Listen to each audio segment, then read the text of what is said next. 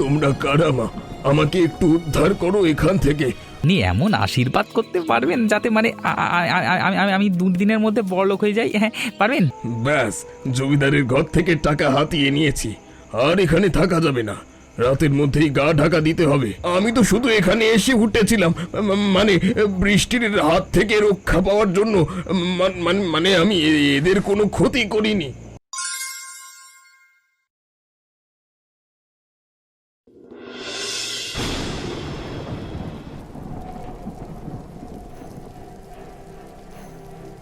দিদি, তাড়াতাড়ি চল।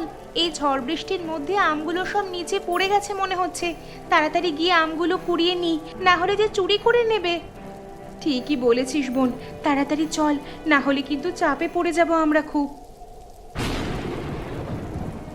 কেউ আছো? আমাকে একটু জল দাও, আমাকে বাঁচাও, এখান থেকে উদ্ধার করো। কে কোথায় আছো? আমাকে উদ্ধার করো। শুনতে পাচ্ছিস? কার যেন গলার আওয়াজ শোনা যাচ্ছে। এই সময় এখানে কে এলো? আওয়াজটা ওই পাশের ওই আম গাছটার নিচ থেকে আসছে বলে মনে হচ্ছে। তাড়াতাড়ি চল তো দিদি, আমরা গিয়ে দেখি কেউ আছে কি না ওখানে।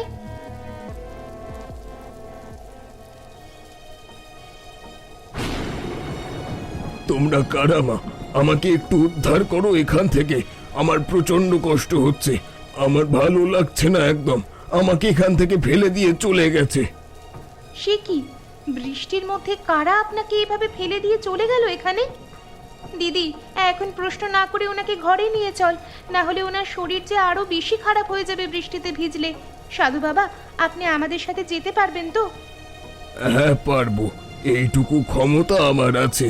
আমি একদমই অসহায় হয়ে পড়েছি, খিদে তেষ্টায় গলা শুকিয়ে যাচ্ছে, আমার সারা শরীর কাঁপছে, খুব কষ্ট হচ্ছে আমার।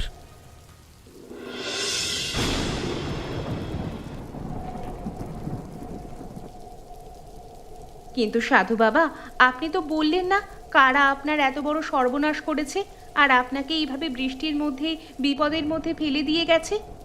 হ্যাঁ সাধু বাবা, আমাদেরকে বলুন, আমরাও জানতে চাই। আমার সেই সব জিনিস মনে পড়লে প্রচন্ড কষ্ট পাই। আপন মানুষের কাছ থেকে বিশ্বাসঘাতকতা আমি পেয়ে খুব ক্লান্ত হয়ে গেছি। তার মানে? আমার একজন শিষ্য ছিল, নাম গোবিন্দ। ওই গোবিন্দ আমার সাথে বিশ্বাসঘাতকতা করে, আমাকে এই বিপদের মধ্যে বৃষ্টির দিনে ফেলে দিয়ে চলে যায়।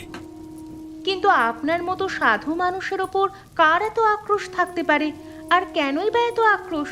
আপনি তো কারোর কোনো জিনিসের প্রতি কোনো লোভ দেন না, তাহলে? সত্যি সাধু বাবা, সেই লোক কেমন যে আপনার মতো সাধু মানুষের ওপরও হিংসে করে? তাহলে তো বলতে হবে পৃথিবীর সবার সাথেই সে বিশ্বাসঘাতকতা করবে নিজে ভালো থাকবার জন্য। হ্যাঁ মা, তোমরা ঠিকই ধরেছ। পাশের গ্রামের জমিদারের কাছ থেকে টাকা খেয়ে আমার সাথে বিশ্বাসঘাতকতা করে আমার সর্বনাশ করার চেষ্টা করেছিল। টাকার লোভ থেকে কেউ ওকে বাঁচাতে পারলো না, কেউ না। বুঝতে পেরেছি, কিন্তু এইভাবে তো ওকে ছেড়ে দেওয়া যায় না। আমরা কালকে পাশের গ্রামে আম বিক্রি করতে যাব। যদি সেখানে সেই লোকের দেখা পাই তাহলে আপনাকে এসে বলবো।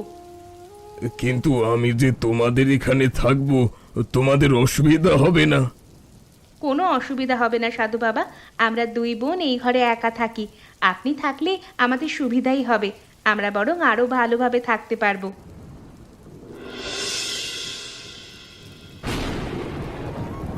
নিয়ে যান, নিয়ে যান, আম নিয়ে যান। আমাদের কাছ থেকে অল্প দামে কালকে ঝড়ে গাছ থেকে পড়া একদম সুন্দর সুন্দর তাজা আম নিয়ে যান। খুব অল্প দামে বিক্রি করে দেব। নিয়ে যান, নিয়ে যান, দেরি করবেন না, না হলে ফুরিয়ে যাবে। নিয়ে যান।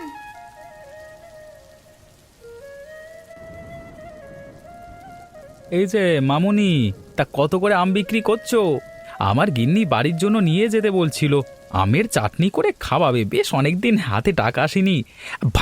ভাগ্য করে একটা জমিদার বাবু পেয়েছিলাম, ওই জমিদার বাবু আমাকে দিয়ে কাজ করিয়ে হাতে টাকা দিয়েছে। একে দেখে মনে হচ্ছে এই সেই লোকটা। আরে কি হলো, দাম কি ভুলে গেলে নাকি? কি এত ভাবনা চিন্তা করছো? দেখো, বেশি দাম বাড়িয়ে বলো না, বলে দিলাম, তাহলে কিন্তু এত ভালো হবে না। 1 কেজি আমের দাম মাত্র 30 টাকা, একদম তাজা আম। না না, এতটা দিতে পারবো না। ওদিকে আবার গিন্নির জন্য মুরগির মাংস নিয়ে যেতে হবে। মুরগির মাংস আর আমের চাটনি, ভাত খাওয়া একদম জমে যাবে এই বর্ষার দিনে। তোমাকে আমি 20 টাকা দিতে পারি প্রতি কেজি, রাজি আছো? কাকা, আমরা অনেক দূর থেকে এসেছি, এত কম দামে যদি বিক্রি করি তাহলে আমাদের হাতে কিছুই লাভ থাকবে না। আর এই তো তোমরা চিৎকার করছিলে তোমাদের নিজেদের গাছের আম বলে, তাহলে নিশ্চয়ই তোমরা অন্য কোথা থেকে কিনে আনোনি এই আম। 20 টাকা প্রতি কেজি বিক্রি করলে তোমাদের হাতেই তো সব টাকা থেকে যাচ্ছে। কিন্তু ভাড়া দিতে হবে, ভ্যানে করে আমরা যে আমগুলো নিয়ে এসেছি, যার ভ্যান তাকে তো টাকা দিতে হবে। আচ্ছা আচ্ছা আচ্ছা আচ্ছা, বুঝেছি, তাহলে এই ব্যাপার। ঠিক আছে, ভয়ঙ্কর খেলা হবে। তাহলে তোমরা দুজন একটা কাজ করো, আজকে যখন অনেক দূর থেকে এসেছো, তাই বৃষ্টির দিনে আমাদের বাড়িতে না হয় খেয়ে যাবে। আর এই নাও 20 টাকা দিচ্ছি, 1 কেজি আম দাও। হ্যাঁ, ব্যাপারটা কেমন হলো? আমি তো লোকটাকে খারাপ ভেবেছিলাম। তাহলে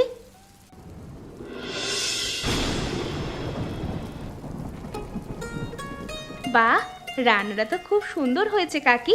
কিন্তু কাকা, তুমি তো আমাদের চেনো না, জানো না, হঠাৎ করে ঘরে ডেকে নেমন্তন্ন করে খাওয়ালে কেন? তাতে কি হবে? আরে তোমরা দুটো বাচ্চা বাচ্চা মেয়ে অনেক দূর থেকে বাজারে বিক্রি করতে এসেছো। এই ঝড় বৃষ্টির সময় তোমাদের কষ্ট দেখে আমার একটু মায়া হলো। আর তাছাড়াও আমাদের বাড়িতে কোনো অতিথি তেমন একটা আসে না। অতিথির কথা আর বলো কেন, জমিদার বাবুর বাড়িতে অতিথি এসে যে কাণ্ড ঘটালো, সেই দিক দিয়ে দেখতে গেলে অতিথি বাড়িতে আসে না ভালোই হয়েছে। মানে কি হয়েছে কাকিমা? কোনো বিপদ হয়েছে নাকি?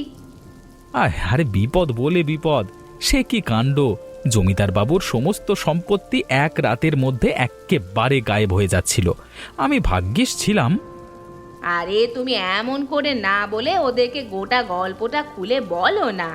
ওরা না হয় খেতে খেতে গল্পটা শুনুক, তাহলে তো ভালো হয়। ওদের দুজনকে আজকে আর ছাড়ছি না, আমাদের বাড়িতেই থেকে যাবে।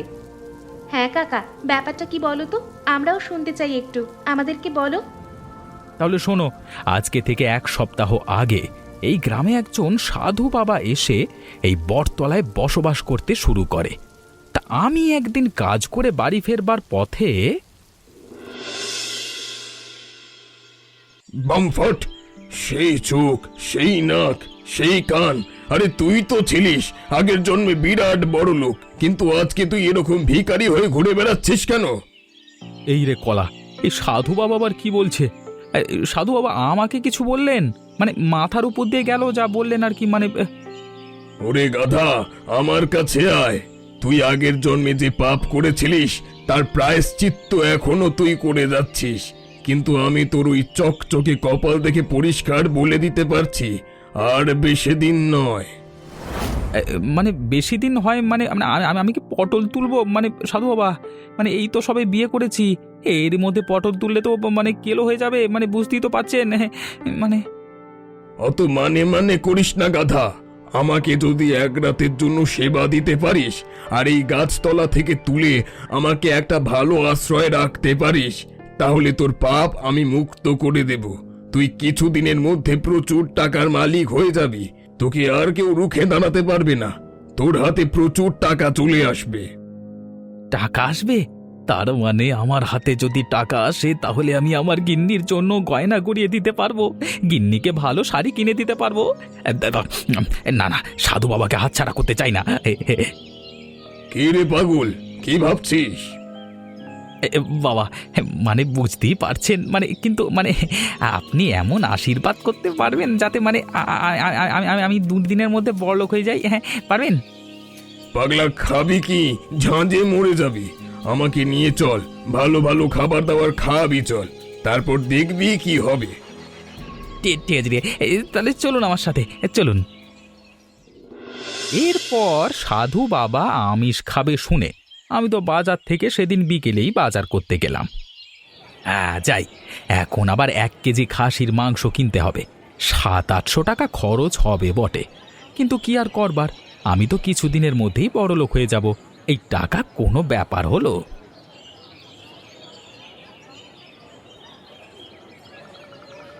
আরে গোবিন্দ যে, তা দুপুরবেলা বাড়িতে খেতে গিয়ে তারপর আর কাজে এলে না?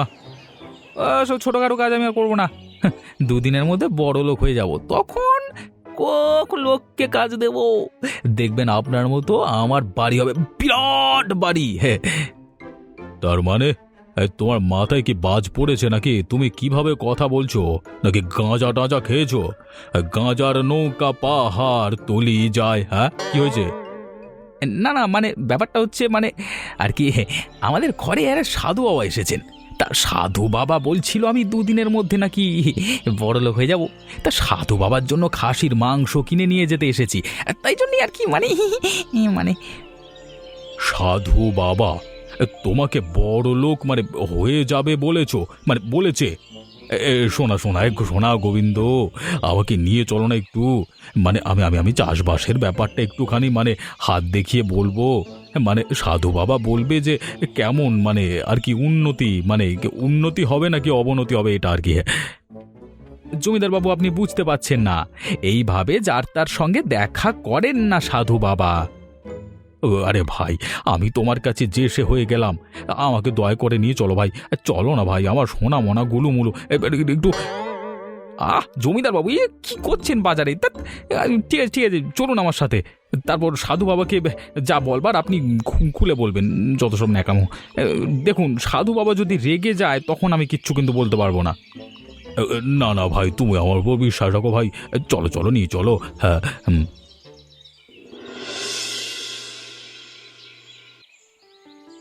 এই যে সাধু বাবা, আপনার জন্য কাকে নিয়ে এসেছি দেখুন। আমাদের গ্রামে জমিদার বাবু স্বয়ং আপনার সাথে দেখা করতে এসেছে। আপনার সাথে কথা বলে সমস্তটা মানে জানতে পারবে। মানে এই তো এতক্ষণে একটা ভিত্তবান লোককে পেয়েছি। এই গরিব কুটির ঘরে থাকতে আমার ভালো লাগছে না। এই জমিদারের বাড়িতে থাকলে আমি মানে সাধু বাবা, আপনি আমার হাতটা একটু দেখে বলবেন যে আমার এবছরের অর্থ উপার্জন যোগ কেমন যাবে? দয়া করে যদি বলেন তাহলে খুব ভালো হয়। আমি যা দেখতে পাচ্ছি খুব একটা ভালো নয়। হাত দেখার প্রয়োজন নেই। তোর ওই চওড়া টাকের মতো কপাল সবকিছু দেখিয়ে দিয়েছে আমাকে। কি বলছেন সাধু বাবা? আরে এবছর তো জমিদার বাবুর জমিতে প্রচুর ফসল হয়েছে। ফলন হলে কি হবে? কিছুদিনের মধ্যেই প্রচন্ড বৃষ্টিপাত নামবে, বন্যা হবে, সব ফসল মায়ের ভোগে চলে যাবে। অতএব সব জিনিসটাই একটু দেখতে হবে। তাহলে সাধু বাবা, বিপদের হাত থেকে কিভাবে রক্ষে পাবো? দয়া করে আপনি কিছু করুন। আমি প্রচুর প্রচুর টাকা লাগিয়েছি এই জমিতে ফসল ফলানোর জন্য। যদি কিছু হয়ে যায় আমি সমস্ত কিছু হারিয়ে ফেলবো। দয়া করুন। আমাকে তোদের ঘরে আশ্রয় নিতে হবে। ওখানে গিয়ে আমি এক রাত থাকলেই সমস্যার সমাধান বের করতে পারবো খুব সহজে। কিন্তু দুর্ভাগ্যের বিষয়, আমি তো গোবিন্দর বাড়িতে আশ্রয় নিয়েছি। তোর বাড়িতে তাতে কি হয়েছে? গোবিন্দ তো আমারই লোক। আজকে মাংস ভাত খাচ্ছেন, এখানে খেয়ে নিন। আমি কিন্তু বিকেল বেলাতে আপনাকে টেনে নিয়ে আমাদের বাড়িতে যাব। আপনি কিন্তু না করতে পারবেন না। আচ্ছা ঠিক আছে ঠিক আছে, সেটাই হবে না হয়। গোবিন্দ, তোমার স্ত্রীর রান্না বান্না হলো? জমিদার বাবু এসেছে যখন, তাহলে না হয় ওনাকেও এখানে খেয়ে যেতে বলো না। হ্যাঁ হ্যাঁ, নিশ্চয়ই নিশ্চয়ই। মানে যত সব উটকো ঝামেলা চলে আসে কোত্থেকে। বেটাকে ঘরে না হলে ভালো হতো। যত সব। ব্যাস, জমিদারের ঘর থেকে টাকা হাতিয়ে নিয়েছি। আর এখানে থাকা যাবে না। রাতের মধ্যেই গা ঢাকা দিতে হবে। না হলে যদি জানতে পারে আমি চুরি করেছি, তাহলে ব্যাপারটা ঠিক দেখাবে না।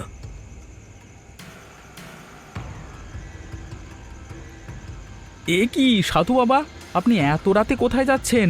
এই মানে এরকম মানে আপনি পুঁটুলিটা ওখানে ফেলে দিয়ে চলে এসেছিলেন তো? আমি তো রাত্রির বেলাতেই আপনাকে দিতে এলাম।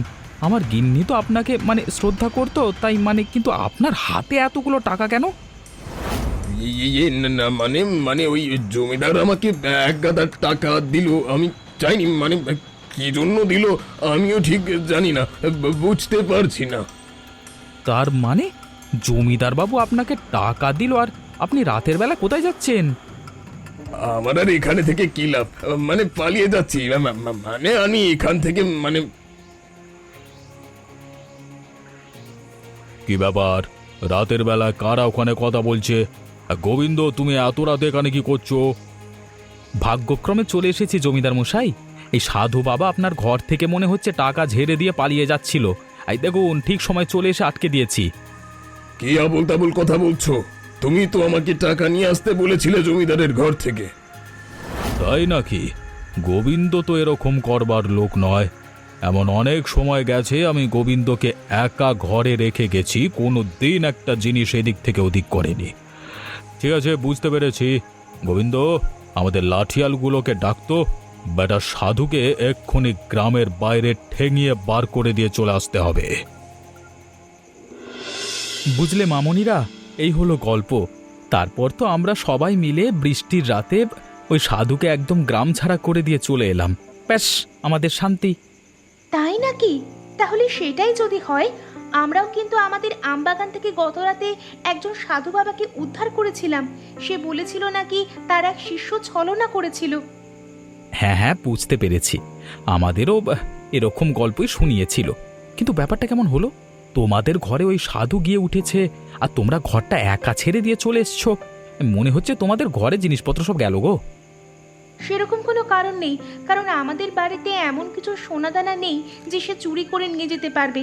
আর টাকা পয়সাও তেমন নেই। আমরা দিন আনি দিন খাই, দুই বোন মিলে কষ্ট করে উপার্জন করি। কিন্তু কাকা, একটা সাধুকে একবার ধরে শাস্তি দিলে হয় না? লোকজনের কাছে মিথ্যে কথা বলে বেড়াচ্ছে আর মানুষের সরলতার সুযোগ নিয়ে তাদের বাড়িতে চুরি করে বেড়াচ্ছে। সেটাই করতে হবে। চলো তো জমিদারবাবুর কাছে একবার যাই, গিয়ে সমস্ত ঘটনা বলি। তারপর ওই সাধুকে আরেকবার ধরে জব্দ করতে হবে। তাই চলো কাকা, আমিও যাব তোমার সাথে। না না, তাহলে তো এভাবে ছেড়ে দেওয়া যায় না। একটা মানুষ দিনের পর দিন ঢপ মারবে, মানে মিথ্যে কথা বলে যাবে, মানুষকে বোকা বানাবে। এবার তো মনে হচ্ছে একবার জব্দ করতেই হবে। তাহলে আর দেরি করা যাবে না। আজকে রাতেই কিছু একটা ব্যবস্থা করতে হবে, যাতে করে ওই সাধুকে ধরে শায়েস্তা করা যায়। আমার মনে হচ্ছে ও আমাদের বাড়ি থেকেও পালিয়েছে। ও জানে আমরা আম বিক্রি করতে এসেছি এখানে। এখান থেকে টাকা পয়সা নিয়ে গেলে নিশ্চয়ই আমাদের ঘর থেকে টাকা পয়সা চুরি করে পালাতো। সেটার বলতে, এদেরকে আশ্রয় প্রশ্রয় দেওয়া মানে নিজের ক্ষতি নিজে ডেকে আনা। তাহলে জমিদার বাবু, আপনার কিছু লাঠিয়ালকে আমার সাথে দিন তো, আজকে রাতে একটা ব্যবস্থা করে দিয়ে চলে আসি। শুধু লাঠিয়াল কেন, আমিও যাব তোমার সাথে। আমিও দেখি ওই বেটা সাধুর কত দম হয়েছে।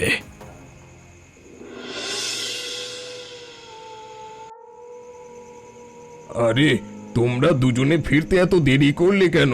আমি ভাবলাম রাস্তায় বোধ হয় কোনো বিপদ হয়েছে। আসলে তোমরা দুটো ছোট ছোট মেয়ে তো। না না সাধু বাবা, আমাদের ওই বিক্রি বাট্টা করতে একটু দেরি হয়ে গেল। আর তাছাড়া ঝড় বৃষ্টির সময় তো, সেই কারণেও একটু অসুবিধা হচ্ছিল। আপনি দুপুরবেলা কিছু খেয়েছিলেন নাকি খালি পেটে ছিলেন সাধু বাবা? আমি আর কি খাবো? এই তোমার ঘরের পাশে দুটো আম রাখা ছিল, ওই আমগুলো খেয়ে বেশ ঠান্ডা হয়েছিলাম, ভালো লাগছিল। তো একটা কথা বলো তো মায়েরা, তোমরা ওখানে বিক্রি করে টাকা পয়সা কিছু পেয়েছো? এই দেখুন, বেশ অনেক কটা টাকা হাতে করে এনেছি। এত টাকা আমরা জীবনে প্রথম দেখছি। আপনি ঘরটা পাহারা দিয়েছিলেন বলেই আমরা কিন্তু এত দূর গিয়ে বিক্রি করতে পেরেছিলাম। এই তো, আমি তো এইটাই চেয়েছিলাম। এবার যখন ওরা বিশ্রাম নেবে, তখন আমি এই টাকাগুলো নিয়ে এখান থেকে কেটে পড়ব। ব্যাস, তাহলে আমার 16 কলা পূর্ণ হয়ে যাবে। তারপর আবার অন্য গ্রামে গিয়ে অন্য কোনো লোককে মুরগি বানাতে হবে। কি ভাবছেন সাধু বাবা? ভাবছি আপনার জন্য আজকে মাংস রান্না করে খাওয়াবো। আপনি মাংস খান তো? না না সাধু বাবা, মাংস খাবেন কেন? আমি তো শুনেছি ওনারা, মানে অর্থাৎ সাধু বাবা, মাছ মাংস এসব কিছু ছুঁয়েও দেখেন না। তাহলে কি আমি ভুল শুনলাম? ছাড়ো, তোমরা এত চিন্তা করো না। আমি মাংস খাই, আর তোমরা যখন নিজের হাতে রান্না করে খাওয়াবে বলেছো, তাহলে তো আর কোনো ক্ষতি নেই। আমি খাবো, তোমরা যা খাওয়াবে আমি তাই খাবো।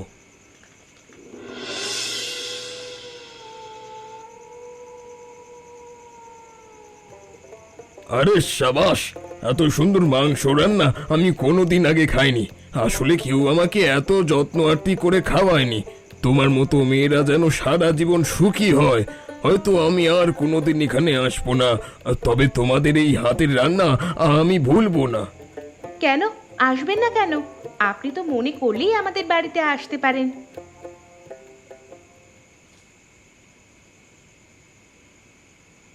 কেন আসবেন না তুমি বুঝতে পারছো না? তোমার এই টাকাগুলো হাতিয়ে নিয়ে সারা জীবনের মতো এখান থেকে কেটে পড়বে, আর ওর টিকিটুকু খুঁজে পাওয়া যাবে না। এটাই তো এতদিন ধরে করে এসেছে, লোকের সঙ্গে দুশ্মনী করে এসেছে। হ্যাঁ বেটা, আমার ওখান থেকে টাকা ঝেড়ে দিয়ে এসে এখানে তুমি উঠেছো এই দুটো বাচ্চা মেয়ের ক্ষতি করবার জন্য। ওরে বাবা রে, তোমরা এখানে কি করছো? আমি আমি কিছু করিনি। আমি একদম বদলে গেছি। আমি আমি কিছু করিনি। আমি তো শুধু এখানে এসে উঠেছিলাম, মানে বৃষ্টির হাত থেকে রক্ষা পাওয়ার জন্য। মানে আমি এদের কোনো ক্ষতি করিনি। সে যাই হোক, আমরা সব শুনতে চাই না। ওরা সম্পর্কে আমার ভাইজি হয়, আর আমি চাই না তোর মতো লোক এখানে ওদের সঙ্গে আর এক মুহূর্ত থাকুক। এই মুহূর্তে এখান থেকে বেরিয়ে চলে যাও, না হলে কিন্তু তোমার কপালে দুর্গতি আছে বলে দিলাম। কি হলো, কথাটা কানে যাচ্ছে না নাকি মাংসের লোভ ছাড়তে পারছে না? না না, আমি এক্ষুনি চলে যাচ্ছি। আমার আমার আর ভুল হবে না। আমি এক্ষুনি দৌড়ে পালিয়ে যাচ্ছি এখান থেকে।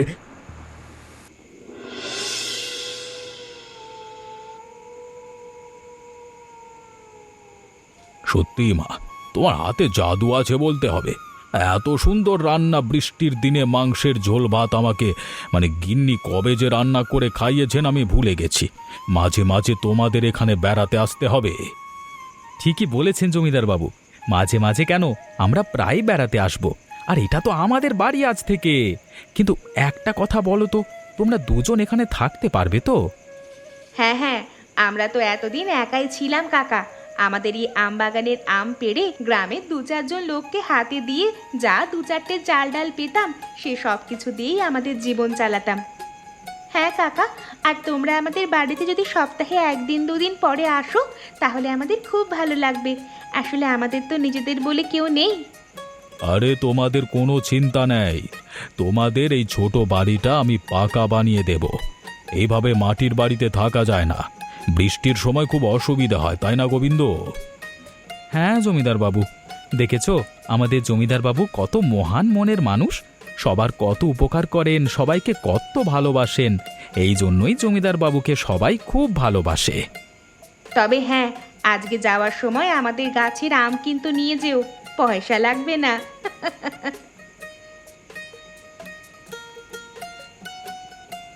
কেমন লাগলো আমাদের গল্প? অবশ্যই কমেন্ট করে জানাতে ভুলবেন না। এমন মজার মজার গল্প দেখতে আমাদের চ্যানেলটিকে সাবস্ক্রাইব করে রাখতে ভুলবেন না।